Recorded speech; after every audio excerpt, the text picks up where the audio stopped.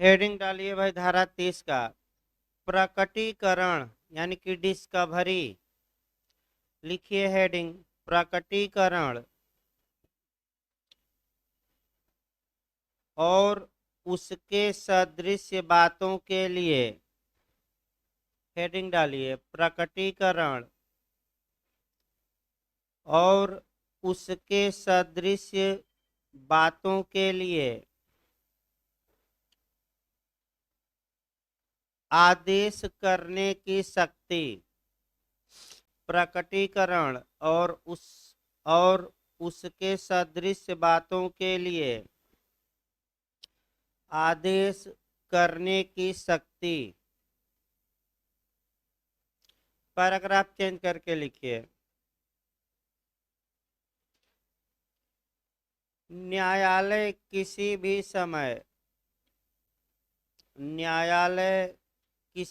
समय स्वप्रेरणा से यानी कि सुमोटो से। न्यायालय किसी भी समय स्वप्रेरणा से यानी कि सुमोटो से या किसी भी पक्षकार के आवेदन पर या किसी भी पक्षकार के आवेदन पर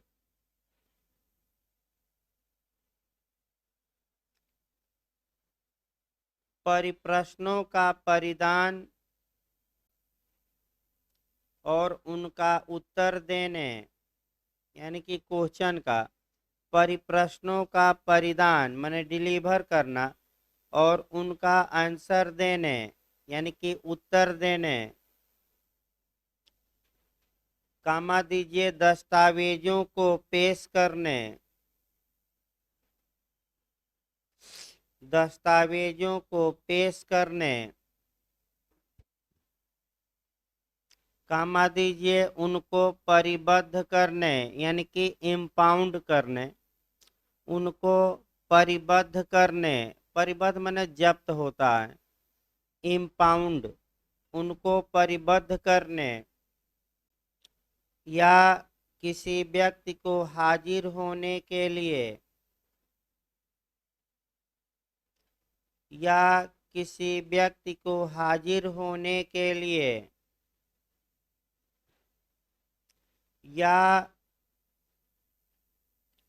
कोई तथ्य यानी कि कोई फैक्ट या कोई तथ्य शपथ पत्र द्वारा यानी कि एफिडेविट द्वारा, शपथ पत्र द्वारा साबित किए जाने का, शपथ पत्र द्वारा साबित किए जाने का आदेश दे सकेगा,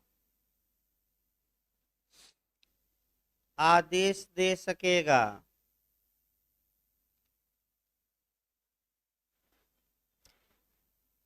पैराग्राफ चेंज करके लिखे इस आदेश का उल्लंघन करना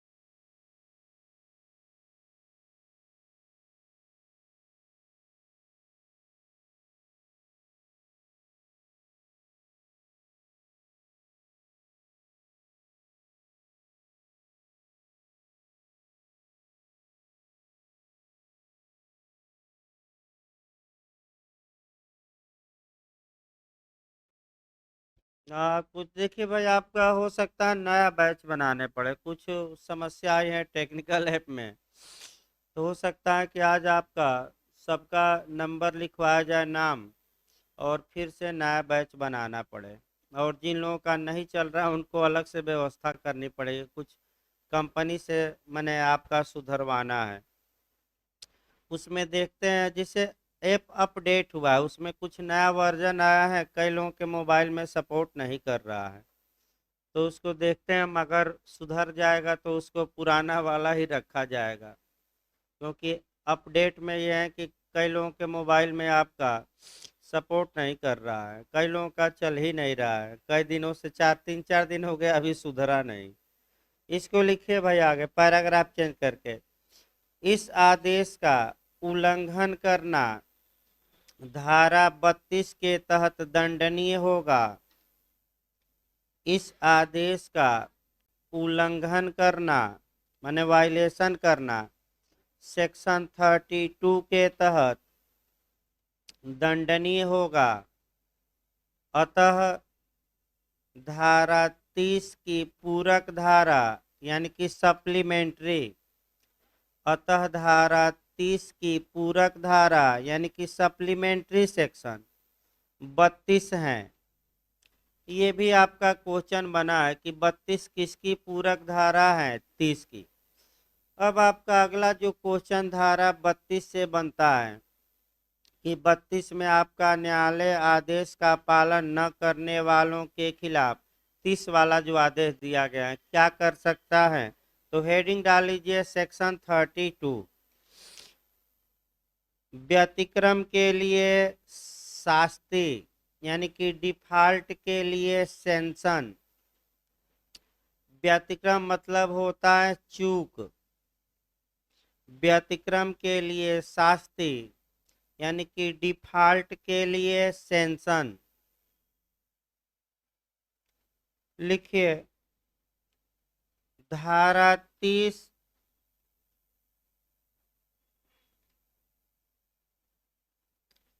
का आदेश न मानने वाले व्यक्तियों को, धारा 30 का आदेश न मानने वाले व्यक्तियों को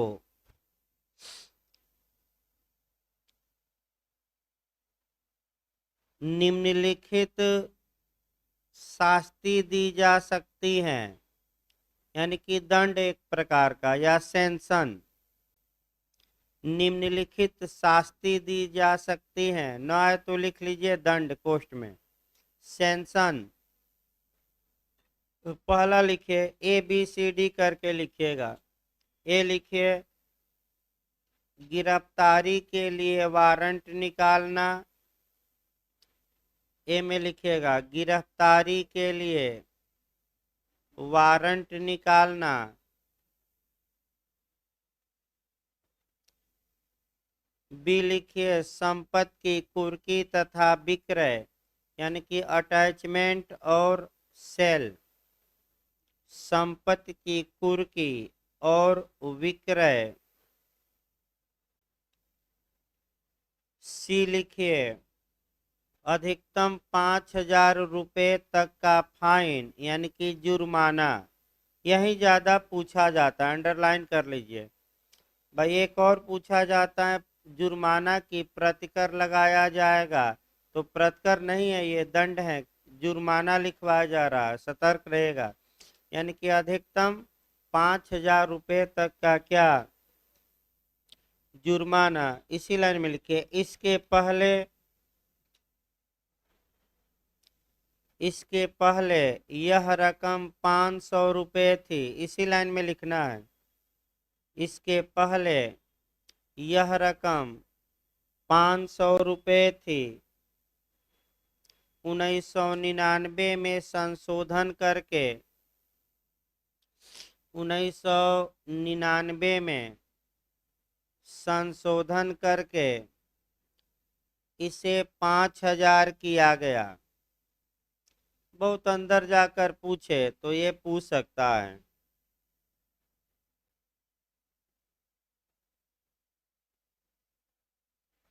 चौथा लिखिए, चौथा क्या कर सकता है, गिरफ्तार करके सिविल कारागार में भेज सकता है।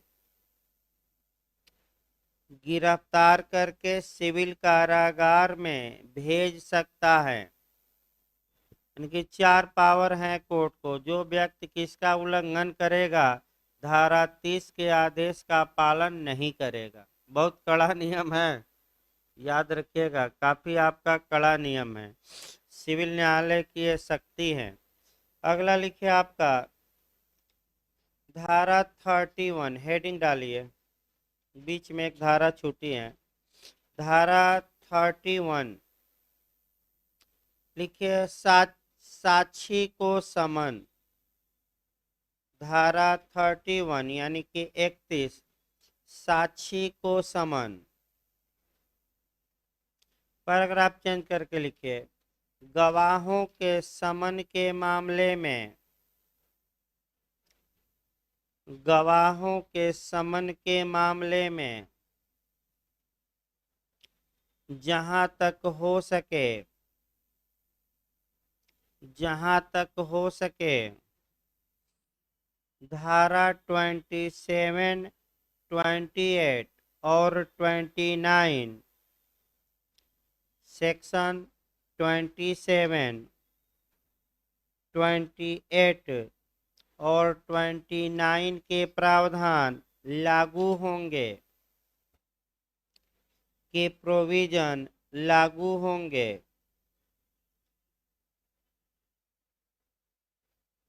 पैराग्राफ चेंज करके लिखिए, साक्षियों को समन और उनकी हाजिरी। पैराग्राफ चेंज कर लीजिएगा, साक्षियों को समन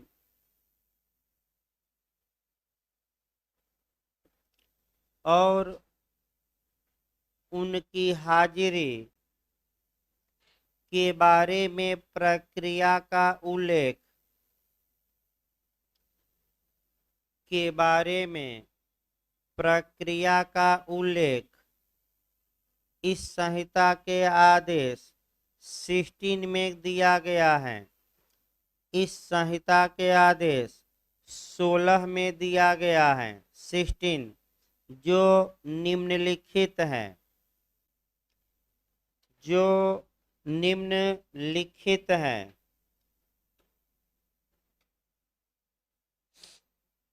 लिखे पैराग्राफ चेंज करके, आर्डर 16 रूल 1, आदेश 16 नियम 1, आदेश 16 नियम 1। हेडिंग डालिए, साक्षियों की सूची और साक्षियों को समन।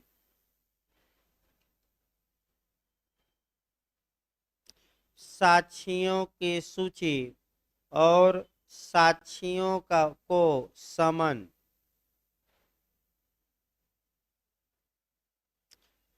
ये हेडिंग है, इसी में लिखे पैराग्राफ चेंज करके लिखिए, विवादकों के स्थिरीकरण के पश्चात, यानी कि मैटर इन इशू कहा जाता है या फैक्ट इन इशू। विवादकों के स्थिरीकरण माने जब विवादक निकाल लिए गए, विवादकों के स्थिरीकरण के पश्चात 15 दिन के अंदर, अंडरलाइन कर लीजिएगा, डेट पूछा जाता है, 15 दिन के अंदर साक्षियों की सूची न्यायालय में पेश की जाएगी। साक्षियों की सूची न्यायालय में पेश की जाएगी।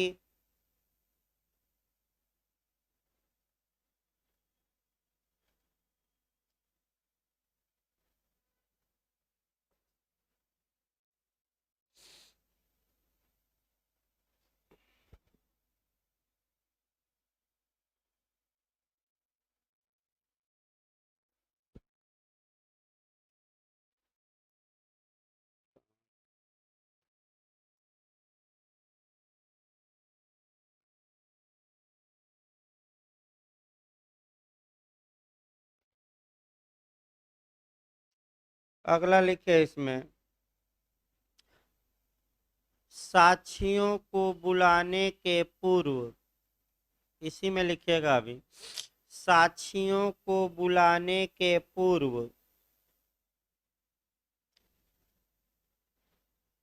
5 दिन पहले इसके लिए आवेदन दिया जाएगा। साक्षियों को बुलाने के पूर्व 5 दिन पहले 5 डेज इसके लिए आवेदन दिया जाएगा। आगे लिखिए आदेश 16 नियम 2। आदेश 16 का नियम 2।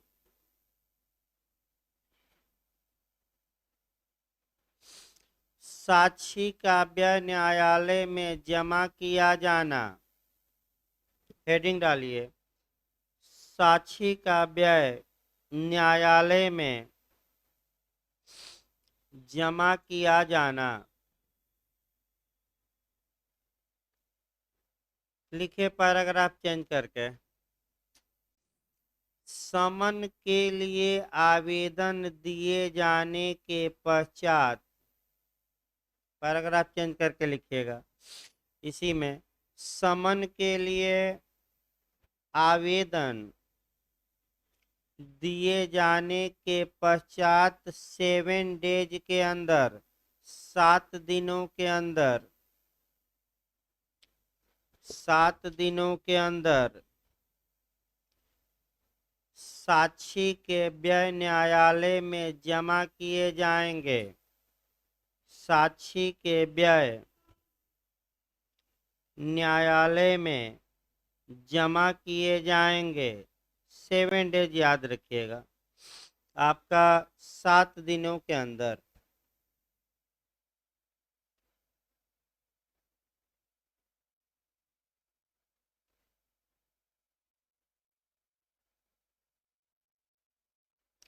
अगला लिखिए आदेश 16 रूल 6। आदेश 16 नियम 6।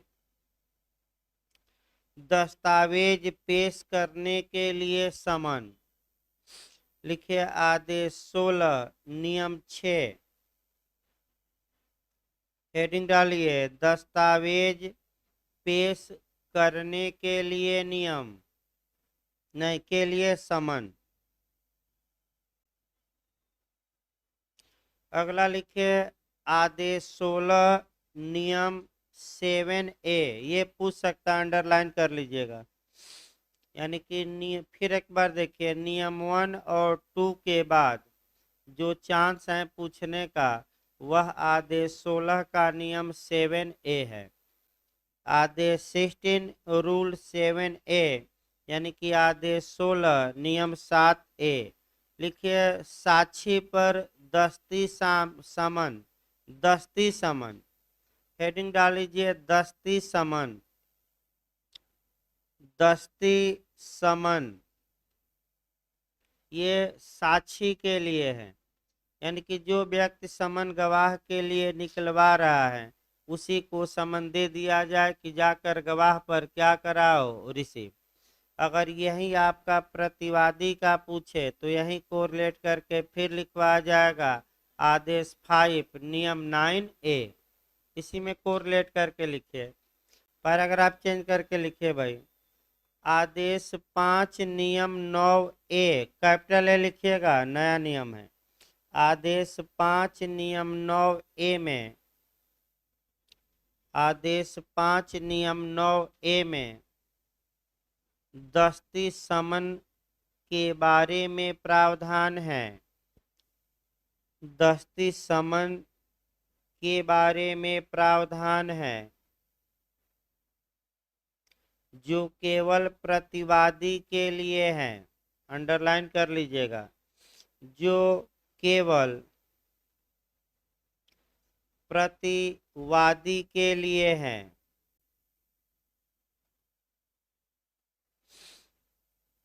आगे आ जाए, इतना महत्वपूर्ण है। अगला सेक्शन लिखिए भाई 33।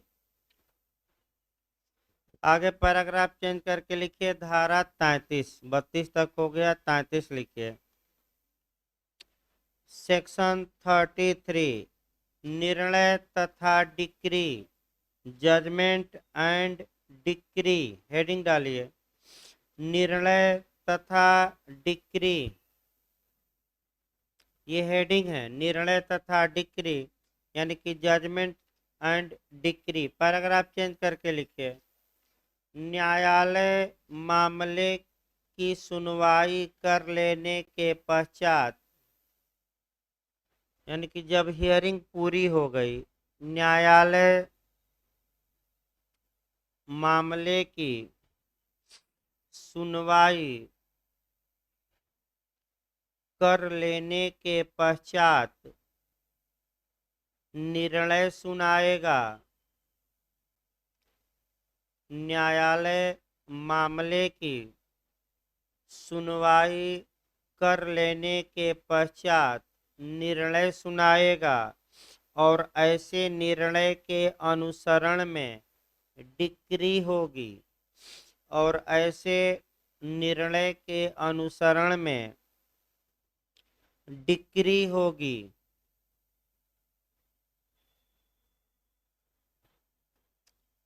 पैराग्राफ चेंज करके लिखिए, निर्णय तथा डिक्री सुनाए जाने के बारे में।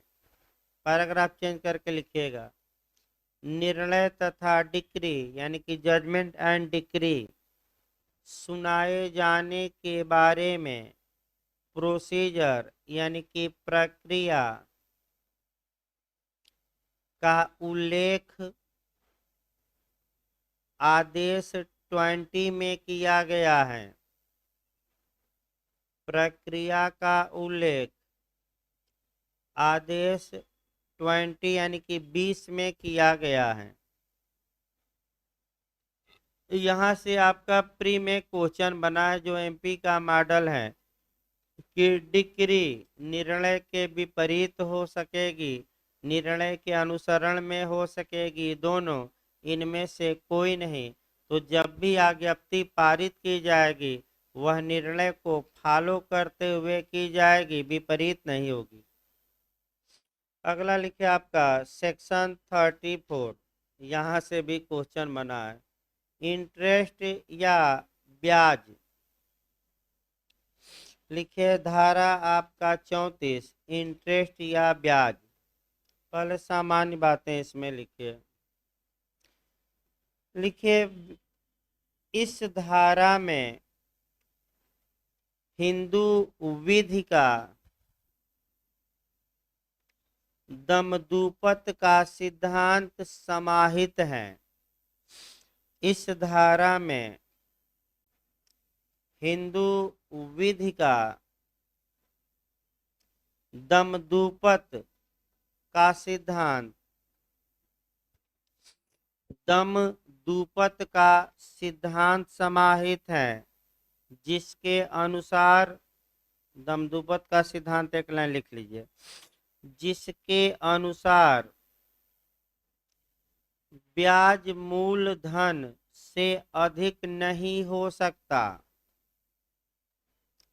जिसके अनुसार ब्याज मूलधन से अधिक नहीं हो सकता। पैराग्राफ चेंज करके लिखिए, ब्याज दिलवाना न्यायालय का विवेकाधिकार होता है। ब्याज दिलवाना न्यायालय का विवेकाधिकार होता है। न्यायालय उचित समझे,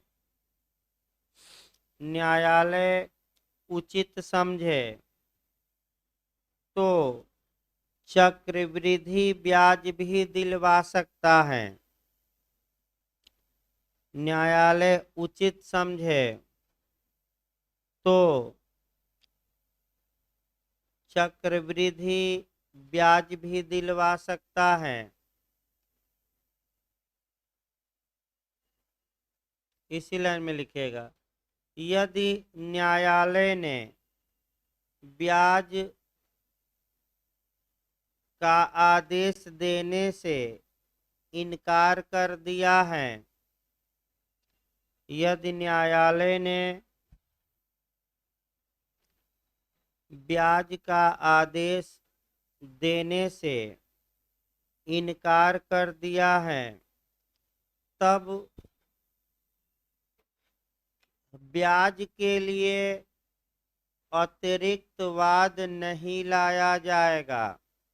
तब इंटरेस्ट के लिए यानी कि ब्याज के लिए अतिरिक्त वाद यानी कि फर्दर सूट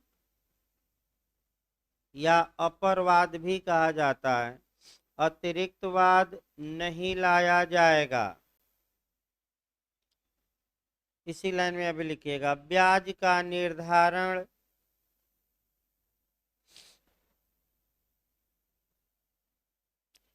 एक प्रक्रिया संबंधी नियम है।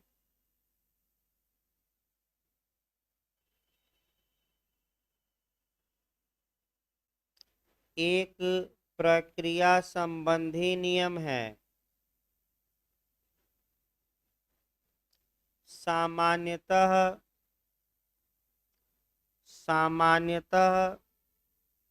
ब्याज की दर 6% से अधिक नहीं हो सकती। सामान्यतः ब्याज की दर 6% से अधिक नहीं हो सकती। सामान्यतः लिखवा गया, जनरली नहीं हो सकती। लेकिन कॉमर्शियल डिस्प्यूट के मामले में यानी कि वाणिज्यिक विवाद के मामले में, कॉमर्शियल डिस्प्यूट या वाणिज्यिक विवाद के मामले में यह रकम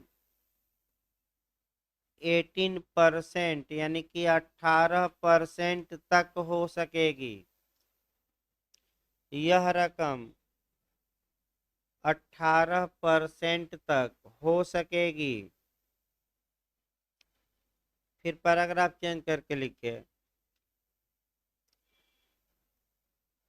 यह धारा एमपी में पूछा गया था, यह धारा वाद दायर करने से के पूर्व, यह धारा वाद दायर करने के पूर्व के ब्याज पर लागू नहीं होती। यह धारा वाद दायर करने के पूर्व के ब्याज पर लागू नहीं होती, क्योंकि यह एक मौलिक विधि का प्रश्न है, यानी कि सब्सटेंसिव लॉ का क्वेश्चन है। क्योंकि यह एक मौलिक विधि का प्रश्न है, यानी कि सब्सटेंसिव लॉ का क्वेश्चन है। न्यायालय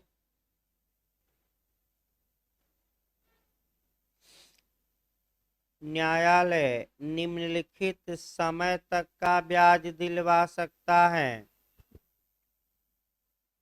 न्यायालय निम्नलिखित समय तक का ब्याज दिलवा सकता है। फर्स्ट लिखिए, 2 खंड बना लीजिएगा। एमपी ही ज्यादा ऐसा क्वेश्चन बनाता है, यूपी में नहीं बना है। फर्स्ट लिखिएगा, मैंने कब कब तक का ब्याज दिलवा सकता है। फर्स्ट लिखिए, वाद दायर करने की तारीख से डिक्री की तारीख तक का यानी कि सूट फाइल करने की डेट से डिक्री पारित करने की डेट तक, यानी कि वाद दायर करने की तारीख से डिक्री पारित करने की तारीख तक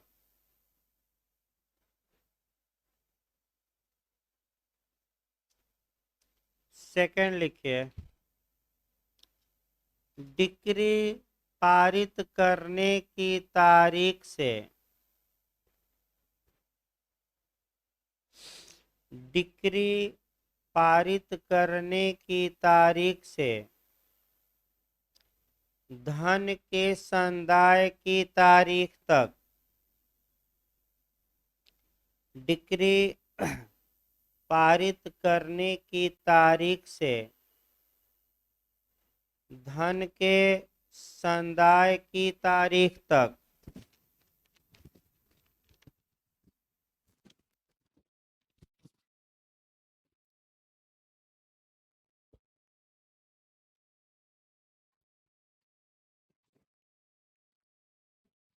अगली धारा लिखे भाई आपका 35 धारा 35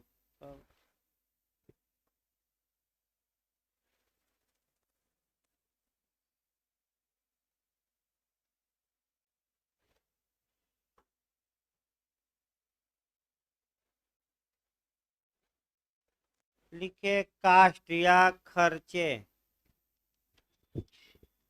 हेडिंग डालिए कास्ट या खर्चे। लिखिए यह धारा 2015 में, पैराग्राफ चेंज करके लिखिए, यह धारा 2015 में प्रतिस्थापित की गई है।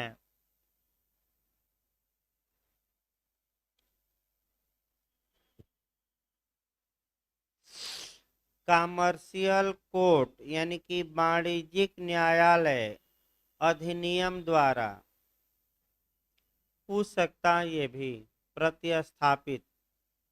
यह धारा 2015 में यानी कि 2015 में आपका नए सिरे से लिखी गई है वाणिज्यिक न्यायालय अधिनियम द्वारा। पैराग्राफ चेंज करके लिखे खर्चा दिलवाना न्यायालय का विवेकाधिकार होता है। खर्चा दिलवाना न्यायालय का विवेकाधिकार होता है।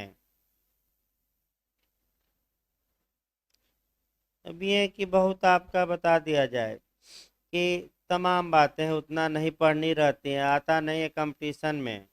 अगली धारा लिखिए 35A। हेडिंग डालिए 35A। मिथ्या या तंग करने वाले दावों। हेडिंग डालिए मिथ्या या तंग करने वाले दावों यानी कि क्लेम या प्रतिरक्षाओं यानी कि डिफेंस करना या प्रतिरक्षाओं के लिए प्रतिकारात्मक खर्चे। मिथ्या या तंग करने वाले दावों या प्रतिरक्षाओं के लिए प्रतिकर के रूप में खर्चा दिलवा सकता है न्यायालय। प्रतिकारात्मक खर्चे। इसमें भी आपका पैराग्राफ चेंज करके लिखिए इस धारा में 2015 ईस्वी में संशोधन किया गया है। इस धारा में 2015 ईस्वी में संशोधन किया गया है तथा खंड 2 को निरसित कर दिया गया है। भाई पूरा नहीं, इस धारा का कौन सा खंड? 2। खंड 2 को निरसित कर दिया गया है जिसमें रकम का प्रावधान था। भाई 3000 था, लेकिन अब वो क्या हो गया है? रिपील। 2015 में 3000 अधिकतम था, लेकिन अब ये रिपील हो गया है, 2015 में समाप्त कर दिया गया है। यानी कि इसका मतलब कि ये हुआ कि न्यायालय कितना रकम दिलवाए, कितना कंपनसेशन दिलवाए, ये विवेक पर चला गया है। अगला लिखिए 35B। विलंब कारित करने के लिए खर्चा। विलंब कारित करने के लिए खर्चा। इसमें रकम का उल्लेख नहीं है, एक बात याद रखिए। 35B डिले या विलंब कारित करने के लिए कास्ट या खर्चा, सेक्शन याद रखना है 35B। इसमें आपका कितना रकम न्यायालय दिलवाएगा, अब न तो 35A में रकम रही और न ही 35B में। 35A में थी, उसको हटा दिया गया, 35B में था ही नहीं। इस प्रकार इधर से भी आपका समाप्त हो गया। अगला लिखिए भाई, कुछ लिखवा जाए, कल से लेक्चर चलेगा। हेडिंग डालिए आपका डिक्रियों तथा आदेशों का निष्पादन। कुछ लिखवा दिया जाए, कल लेक्चर दिया जाएगा। हेडिंग डालिए डिक्रियों तथा आदेशों का निष्पादन, execution of decree and order.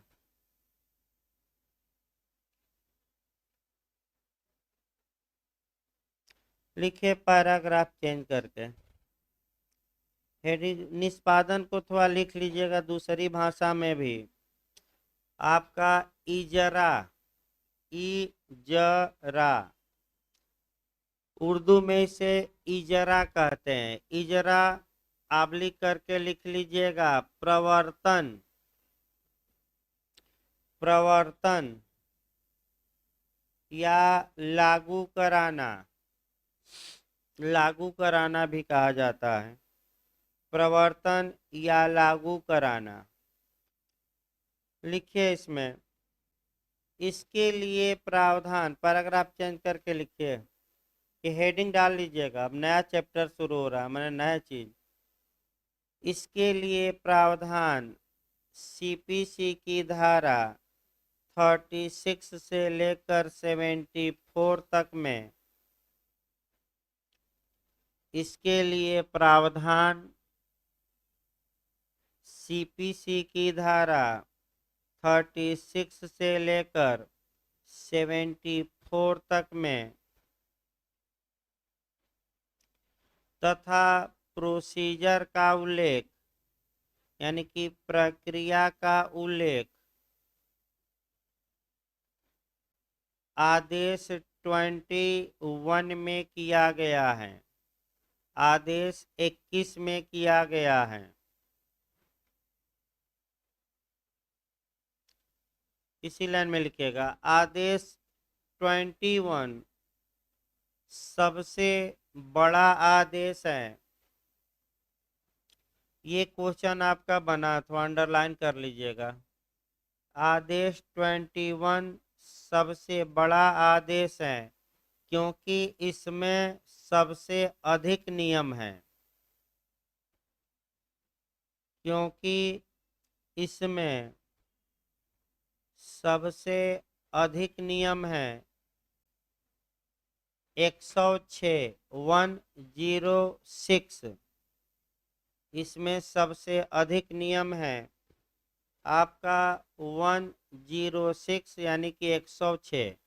Paragraph change करके लिखिए निष्पादन या एग्जीक्यूशन शब्द को, निष्पादन शब्द को इस संहिता में परिभाषित नहीं किया गया है। निष्पादन शब्द को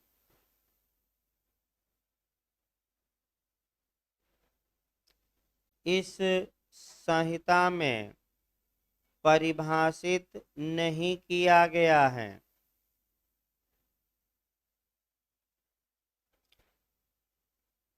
वह माध्यम, इसी लाइन में लिखिएगा, अपनी परिभाषा बनानी है। वह माध्यम जिसके द्वारा, वह माध्यम जिसके द्वारा डिक्री होल्डर यानी कि डिक्रीदार, या हिंदी में शुद्ध कहेंगे तो आज्ञप्तिधारी, आपका इंग्लिश में डिक्री होल्डर और हिंदी में, शुद्ध हिंदी में आज्ञप्तिधारी, तो चाहे डिक्री होल्डर लिखिएगा या डिक्रीदार या आज्ञप्तिधारी, कोई एक शब्द लिखिएगा। डिक्रीदार डिक्री की शर्तों को, यानी कि डिक्री की कंडीशन को, यानी कि डिक्री की शर्तों को निर्णित ऋणी से, यानी कि जजमेंट डेटर से, निर्णित ऋणी से पालन करवाता है।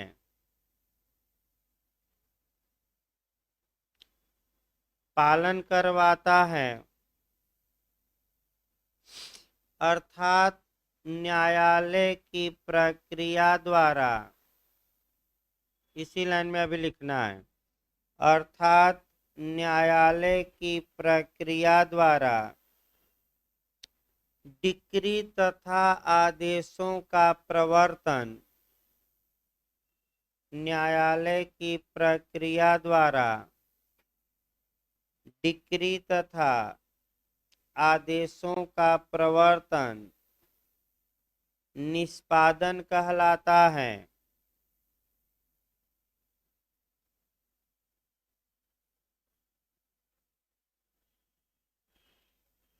पैराग्राफ चेंज करके लिखिए।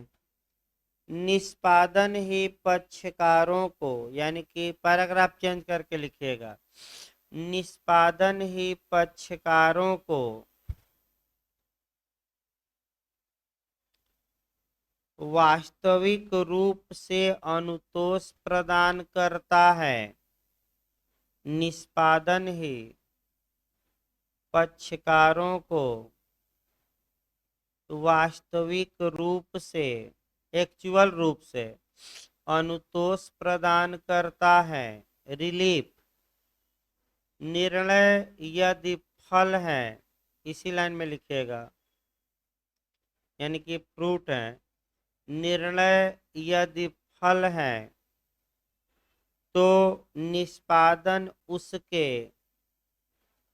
निर्णय यदि फल है तो निष्पादन उसके भोग करने का अधिकार है। यूज करने का अधिकार, प्रयोग करने का अधिकार। तो निष्पादन उसके भोग करने का अधिकार है। जैसे कि एक उदाहरण से आगे बताया जाएगा आपका उदाहरण, जब कल से लेक्चर शुरू होगा तो, यानी कि जैसे मान लीजिए कि आपने कोई फल पा लिया, यानी कि आपने मान लीजिए कि पपीता ही खरीद लिया, तो आपको पपीता मिल गया और आपका ये निर्णय हुआ।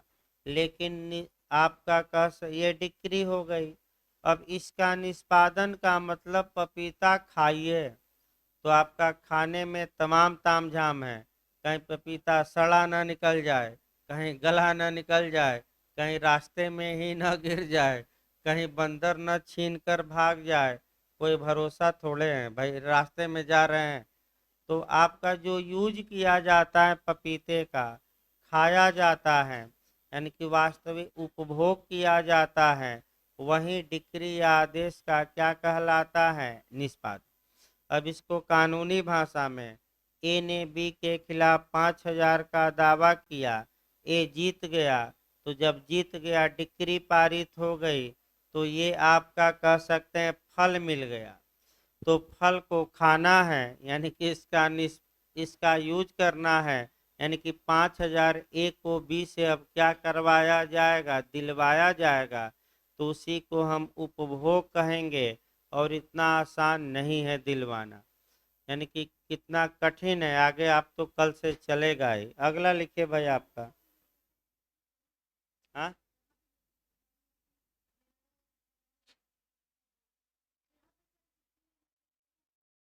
हाँ, निर्णय डिक्री दोनों हो सकता है, क्योंकि उसका निष्पादन ही यूज या उपभोग माना जाएगा। आगे लिखिए भाई आपका, हेडिंग डाल लीजिए, निष्पादन के लिए समय। ये भी आपका पूछा जाता है, लिमिटेशन पीरियड, यानी कि एग्जीक्यूशन के लिए लिमिटेशन पीरियड, यानी कि समय सीमा क्या है? तो हेडिंग डाल लीजिए निष्पादन के लिए समय सीमा। लिखिए फर्स्ट, लिखिए आज्ञापक व्यायादेश की डिक्री के लिए मैंडेटरी इंजंक्शन, इसको इंग्लिश में कहते हैं आज्ञापक व्यादेश। आज्ञापक व्यादेश की डिक्री के मामले में समय सीमा 3 इयर्स है, 3 वर्ष। आज्ञापक व्यादेश के मामले में यानी कि मैंडेटरी इंजंक्शन के मामले में बिहार में पूछा भी गया था सारे में ये क्वेश्चन। समय सीमा 3 इयर्स है, यानी कि डिक्री पारित होने के कितने दिन के अंदर लागू कराने के लिए एप्लीकेशन देना पड़ेगा, 3 साल। सेकंड लिखिए अन्य डिक्रियों के निष्पादन के लिए समय सीमा, ये पूछ सकता है तो अंडरलाइन कर लीजिएगा। अन्य डिक्रियों के निष्पादन के लिए समय सीमा 12 इयर्स है, 12 वर्ष।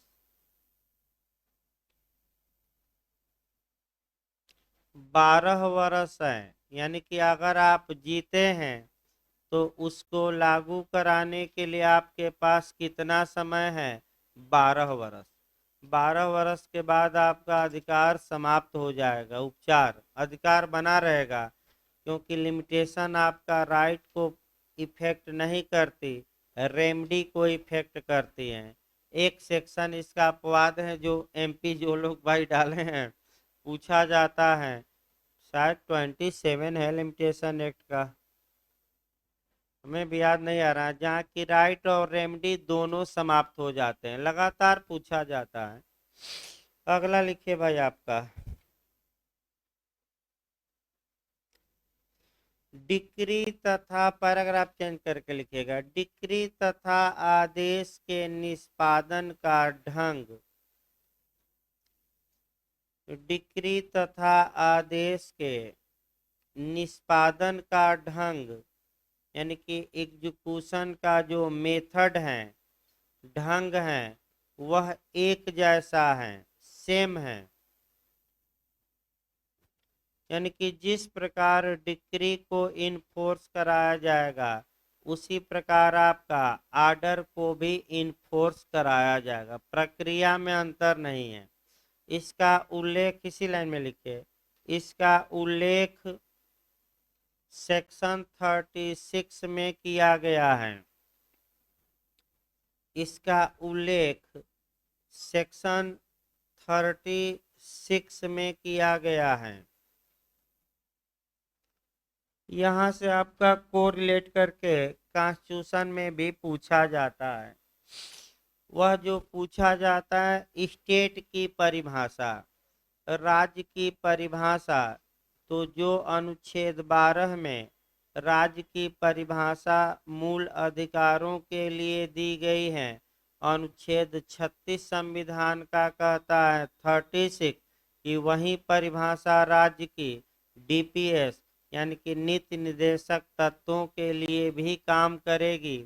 तो कई बार जे में आ चुका है कि नीति निर्देशक तत्वों के लिए राज्य कौन माना जाएगा, तो जो आर्टिकल कहाँ दिया गया है 12 में, ये कौन सा अनुच्छेद कहता है कि वही राज्य यहाँ भी लागू होगा परिभाषा, तो 36 राज्य का मतलब स्टेट, यानी कि चूंकि फंडामेंटल राइट ज्यादातर स्टेट के विरुद्ध ही प्राप्त है, तो पहला यही बताया गया है मूल अधिकार में कि वह कौन व्यक्ति होगा जिसके खिलाफ आप फंडामेंटल राइट की डिमांड करेंगे।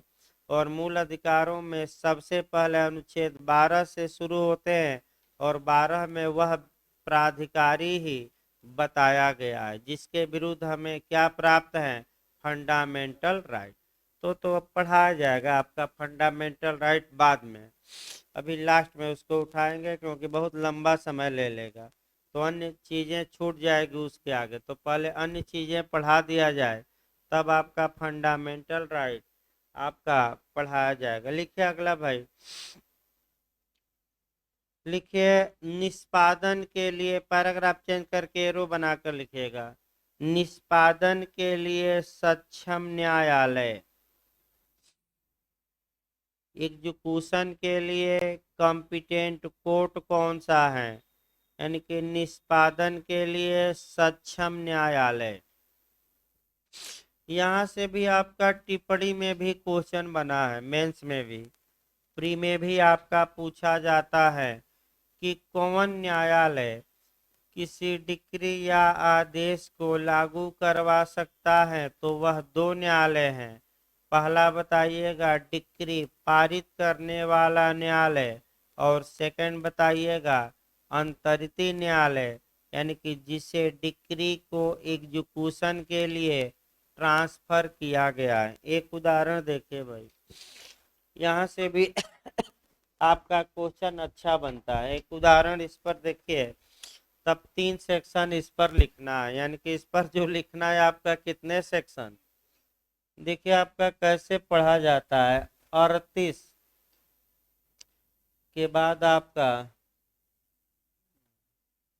37 और इधर 39, ऐसे चार्ट बनाया जाता है। पहला आपका ये है कि निष्पादन न्यायालय, यानी कि कौन न्यायालय कॉम्पिटेंट है जो डिक्री या आदेश को लागू करा सकता है। इसके लिए प्रावधान आपका 38 में किया गया है। सेक्शन याद करके जाइएगा। 38 ये बताएगी धारा कि जिस न्यायालय ने डिक्री पारित किया था वह न्यायालय उसे लागू करा सकता है, या जिस न्यायालय को डिक्री ट्रांसफर की गई है लागू कराने के लिए, तो फिर पूछा जाता है कि डिक्री पारित करने वाले न्यायालय की परिभाषा कहाँ है, 37, और जिसे ट्रांसफर किया गया है उसकी परिभाषा 39। एक उदाहरण देखिए इसमें, मान लीजिए प्रयागराज का न्यायालय डिक्री पारित किया है, तो धारा 37 के तहत यह क्या माना जाएगा, डिक्री पारित करने वाला न्यायालय। और जो व्यक्ति हारा है, यानी कि निर्णित ऋणी या जजमेंट डेटर की संपत्ति आपका पटना में है और वहां उसे कुर्क करके विक्रय करवाना है, तो निष्पादन कहाँ करवाना है, पटना, और किस न्यायालय ने डिक्री पारित की है, प्रयागराज। तो भाई प्रयागराज का न्यायालय क्या करे, पटना के सक्षम न्यायालय को भेज दे, तो जो पटना का न्यायालय होगा वह डिक्री पारित नहीं किया है बल्कि डिक्री उसे ट्रांसफर की गई है, तो वह डिक्री पारित करने वाला न्यायालय नहीं कहलाएगा, क्या कहलाएगा, अंतरित न्यायालय। यानी कि जिस न्यायालय को डिक्री क्या की गई है आपका निष्पादन के लिए, ट्रांसफर, तो डिक्री पारित करने वाले न्यायालय की परिभाषा कहाँ दी गई है, 37, अंतरित न्यायालय आपका 39, और निष्पादन न्यायालय कहाँ दिया गया है, 38। यहाँ से उठाया जाता है कि कौन न्यायालय डिक्री को लागू करा सकता है, इस 30 में है। याद रखें किस धारा